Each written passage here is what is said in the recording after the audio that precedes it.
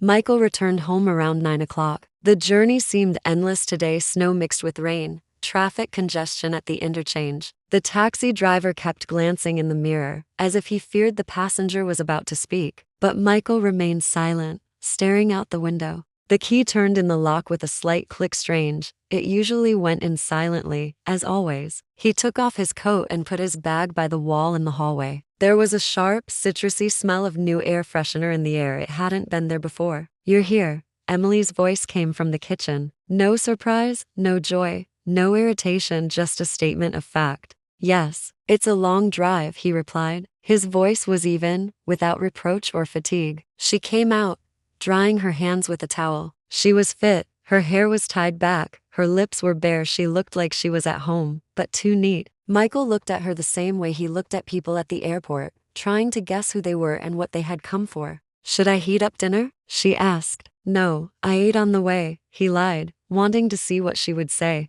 "How did it go?" Now there was something like interest in her voice, but it was not concern, more like a formality. "Same as usual. Negotiations, documents, tired," he replied briefly. She couldn't stand his gaze and turned away. "I see. I'll tell the kids you're here," she said and left. Michael remained in the hallway, slowly untying his shoelaces. Suddenly, he noticed that the shoe rack was at a different angle, a small thing, but he remembered that it used to be different. So was the vase on the dresser and the painting in the hallway. He heard footsteps on the stairs, first light ones Sophie, then heavy, cautious ones Ethan. Michael straightened up and put on his usual mask.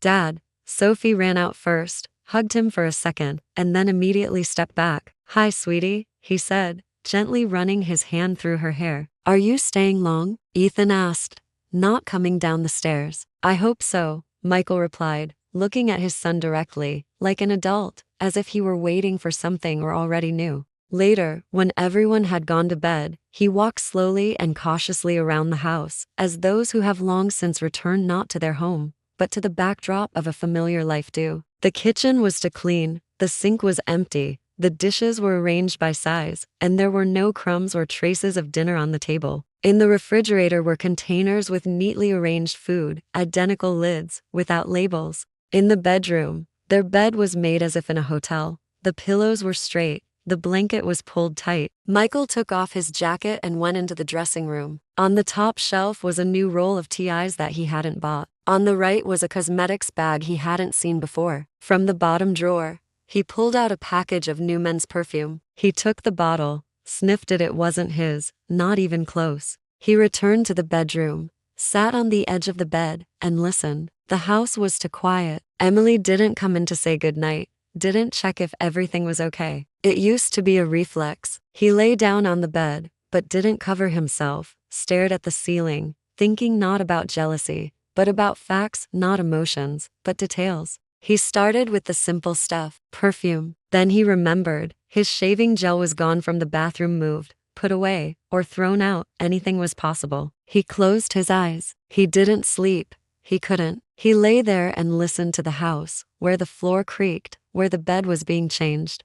Michael didn't sleep that night. Everything around him seemed unfamiliar. Even the silence had a strange taste, as if the wrong seasoning had been added to his usual food. At 3 o'clock, he got up without turning on the light, went to the kitchen, and poured himself some water. An open notebook lay on the table. Thursday fitness, Friday salon. There had been no fitness or salon in Emily's life for the past 6 months. He knew that. So it was either a lie or a code. He returned to the bedroom, sat by the window, and looked out into the courtyard beyond the high fence. It was dark there, but Michael knew that sooner or later something would appear, a light in a stranger's window, footsteps, a smell. At dawn, Emily entered as if those hours had never happened. "I put the laundry on. If your things are in the suitcase, put them in the basket," she said without turning around, and left like a stranger living under the same roof, without explanation or apology, without fear or too confident to be afraid. Soon, children's voices could be heard. Sophie laughed ringingly, deliberately loudly. Ethan spoke more quietly but insistently. Michael listened. They were discussing which flower to draw in their album, a strange topic for a Sunday morning. He lay there without opening his eyes, a habit from the days when he had to make decisions before getting up. Now to comprehend how reality had changed. The house was different.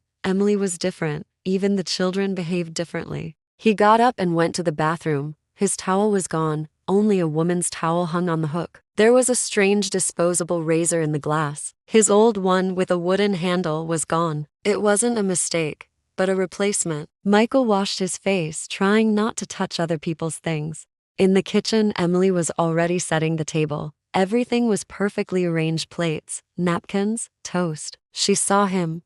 "Would you like some eggs?" she asked calmly. "No, just coffee." There was even a new variety in the coffee machine. "Who brought it?" "A client, I told you. He treats everyone." Michael drank his coffee. It was bitter, not mild, as Emily had promised. Either she hadn't noticed, or she had lied. Both options were familiar. Ethan came in, paused at the door, glanced at his father, and sat down silently. Sophie followed him in with a drawing. "Dad, look," she said, holding out the sheet of paper. "It's beautiful," Michael said. The daisy was asymmetrical, with an extra petal. The extra one was always more noticeable. Emily sat across from him, eating toast, despite his presence. "What's the plan for today?" she asked. "Nothing, I'm home."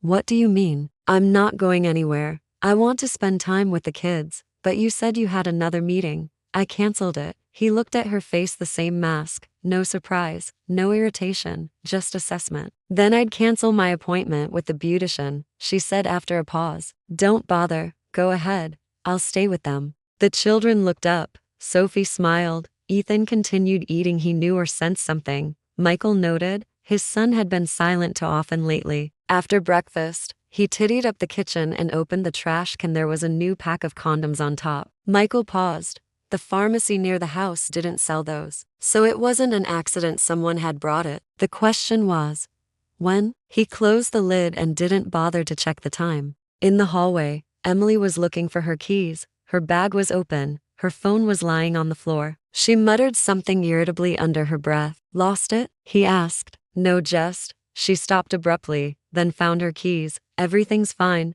She was buttoning her coat when he said, "No need to give me a ride. I'll be quicker this way." He watched her put on black gloves, soft, thin leather, not her style, a gift. She had never worn such things before. The coat was new too. "Don't be late," he said. "And don't be late yourself." She tried to smile, but the corners of her lips twitched strangely. When Emily left, Michael gently closed the door behind her and returned to find the children putting together a puzzle. He sat down next to them. "What does your mom do for a living?" he asked without looking up. "Marketing, like Igor," Sophie said. "They have an office in the city center," Ethan added. "Have you been there?" "No, but she said so on the phone." Michael was silent, picked up his phone, opened the browser, typed in the name of the company. The website had no information about the employees, just a general phone number and a photo of a man. He checked the address, a business center with hundreds of tenants. He realized that the company could be fictitious, a front, or both. He got up, went into the bedroom, opened the desk drawer. Emily's old business card holder. Not a single new card, only ones from 2 years ago. He went to her laptop. It was password protected, which it hadn't been before. He called an old acquaintance, Victor, who helped with legal matters. "Hi, Michael. I need to check something. Information about one person: name, number, roots. Just the name and photo for now. The sooner, the better." The day dragged on slowly. Michael tried to read, answered emails, watched the children, all as if with half an eye. He waited not for a moment, but for a signal, something that would give him the right to act. Emily returned at 6, wearing makeup and smelling of heavy perfume with notes of vanilla and tobacco, neither feminine nor new. She entered the bedroom and changed her clothes as if everything were normal. "How are the children?" "Fine. Shall we have dinner?" "We've already had dinner." She froze for a second, and he watched. That pause contained everything: fear, irritation, an attempt to figure out what he knew. "I'm going to take a shower. I'm terribly tired." He nodded, sat down in an armchair, picked up a book, read for 3 minutes, then put it down. The pause was artificial. The house was filling with tension, like a vessel quietly, without noise, but Michael knew something was beginning to flow beneath the surface and would soon burst through. At noon 3 days later, Victor called back. His voice was muffled and brief. As always, when he had found something it was better not to ask too many questions about. "Michael, that guy you sent, Igor Ignatov, was mentioned in the news a couple of years ago. Private clinic, licensing issues, data storage violations, unauthorized access to medical records, rumors of DNA test tampering. Everything was hushed up, but the residue remained. He's not officially working anywhere now, but for the last 6 months he's been registered at a gated residential complex. A woman often visits him there. Her name is not specified. I will send photos. Michael sat at the table. The window was closed, the curtains were drawn, and light snow was falling outside. He listened, not surprised, not angry, just gathering facts. A few minutes later, a message arrived. On the screen was a woman in a hooded coat, her profile recognizable, Emily next to Igor, entering the building. They weren't holding hands, but they were walking synchronously. Michael put down his phone and remained in his chair, his hands clasped, his gaze fixed on the floor. Everything that had seemed disconnected, the scent of perfume, the towel, the visits to the salon, the pauses in conversation came together in a straight line. He wasn't surprised, just taking note. In the evening, he returned home with groceries, a habit, once a way to be useful, now an excuse to look around. While Emily was busy in the kitchen, he went into her room, formerly a shared bedroom, but in fact already hers. He wasn't looking for clues, but for a rhythm, where she left things, how she folded her clothes, how she placed her shoes. Everything pointed to the constant presence of a second person, not domestic traces, but behavioral ones. In the closet was a men's white shirt, expensive, not his size. On the shelf was a razor, the pack of blades untouched, as if bought for decoration. He closed the closet, went into the bathroom, looked in the medicine cabinet, headache pills, sedatives, women's vitamins. There were no condoms, but in the bottom drawer there was a new package of lubricant, hidden behind the towels. Michael didn't touch it, he just noted it, confirmed it.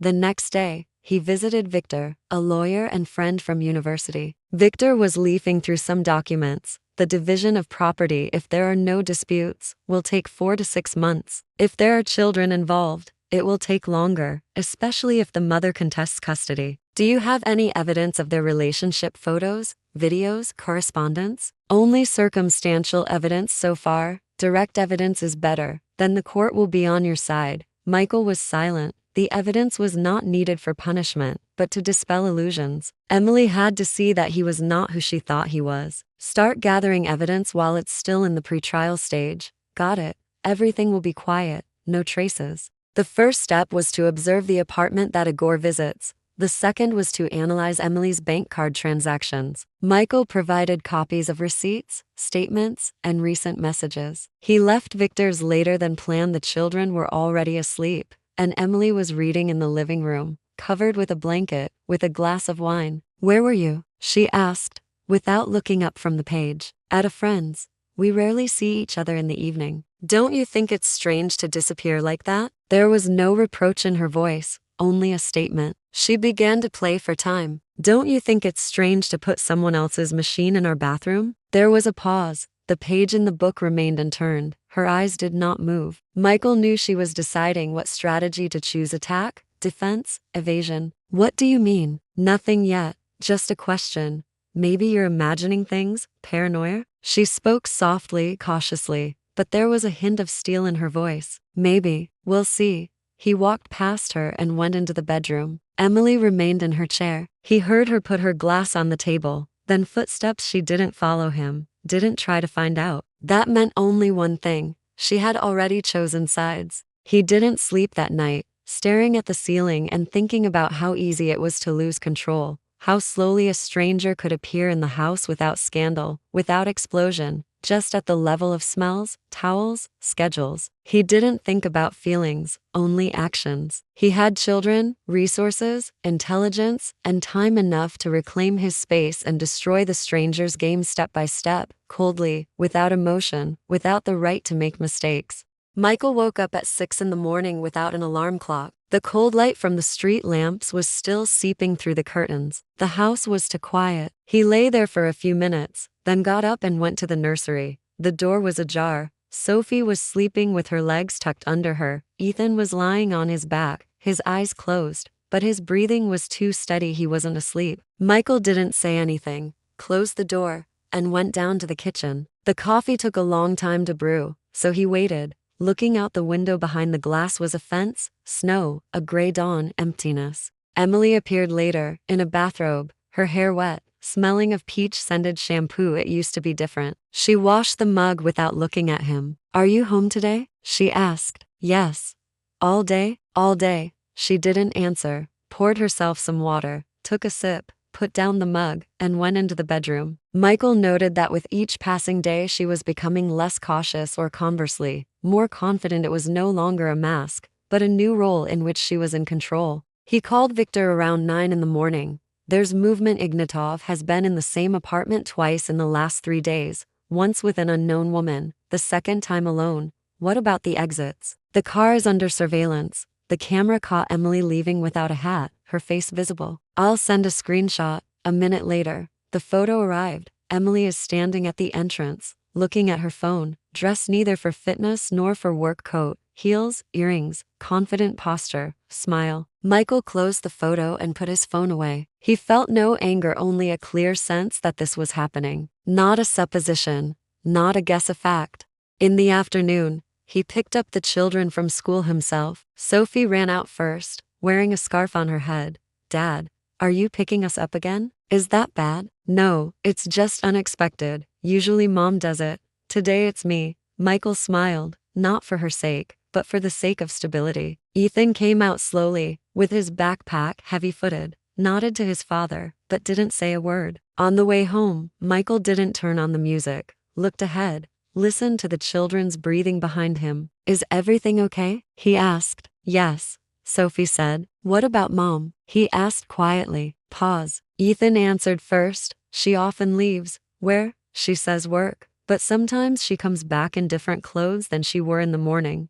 Did you notice that? Yes. And she hardly talks then. She goes straight to her room. Michael nodded. He didn't know what was worse, that his son saw everything, or that he was used to it. In the evening, Emily came home late and opened the door with her key as if nothing had changed. Michael was sitting in the living room reading a report. You're home, she said. And you're not. We had to go to a client's site, I told you. He looked up. She was standing at the door, still wearing her coat. Take off your boots. You're making a mess on the floor.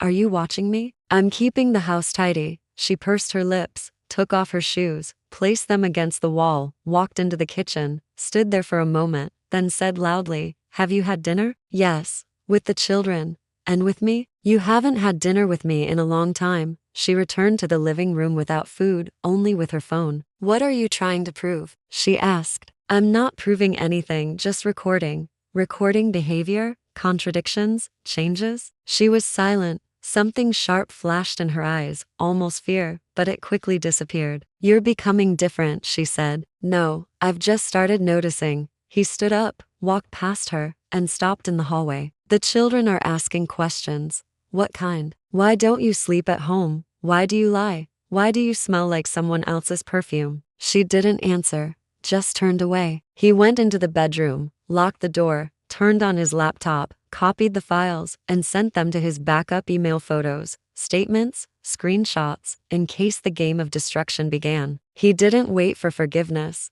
didn't wait for explanations, only for the moment when everything would become irreversible. He knew it was close. A week later, Emily changed her tactics. On Sunday morning, she made breakfast omelets, toast, freshly squeezed juice. The kitchen smelled of mint and butter. Michael walked in and stopped at the door. She was already sitting there, drinking coffee from his favorite mug with a worn inscription. Sit down, everything's ready. He sat down. The children were still asleep, and the house was unusually quiet. Would you like to go out of town? She asked. Why? Just for a change of scenery. Let's go as a family. We used to do that before. Michael ate silently, listening. The words sounded unnatural, as if copied from years past. Or do you think I'm lying again? She added quietly. I don't think I know. You're trying too hard, that's the first sign. She put down her mug, stood up, walked over to the window, and stood with her back to him. You've changed. You've become cold. I'm no longer comfortable. That's not the same thing. She turned around. Her face was calm, but her eyes were tense. I don't know what you've got into your head, but don't. Just don't, he interrupted. We're both adults and we both understand what's going on. She was silent. He finished eating and cleared the table. What are you going to tell the children? Nothing. See you later. In the afternoon, he met with Victor, who gave him a flash drive with camera recordings, 8 visits by Emily to Ignatov's apartment over 3 weeks, at different times, mostly in the morning, sometimes with a bag, always without children. Does it make sense to put a camera inside? Only if you want direct confirmation. I do. Then you need a warrant or an agency with access. That's money and time. Do whatever it takes. Victor looked at him intently. Are you sure you want to go through with this? It's too late to back out now. The next day, Emily left an open bag in the hallway. Michael walked past, stopped. A white envelope was peeking out of the inside pocket. He took it out. Inside was a receipt from a jewelry store, an engraved pendant, the date of purchase 3 days ago. The recipient's name was not indicated. He put the envelope back and closed the bag. In the evening, Emily said, I wanted to give you something. Don't bother. Why? Because you didn't buy it for me. She froze, then said sharply, you ruin everything yourself. I'm just not pretending. Michael stopped asking Emily where she was going. She stopped reporting back. Their conversations were reduced to logistics. Pick up, drop off, doctor tomorrow. There was silence between them.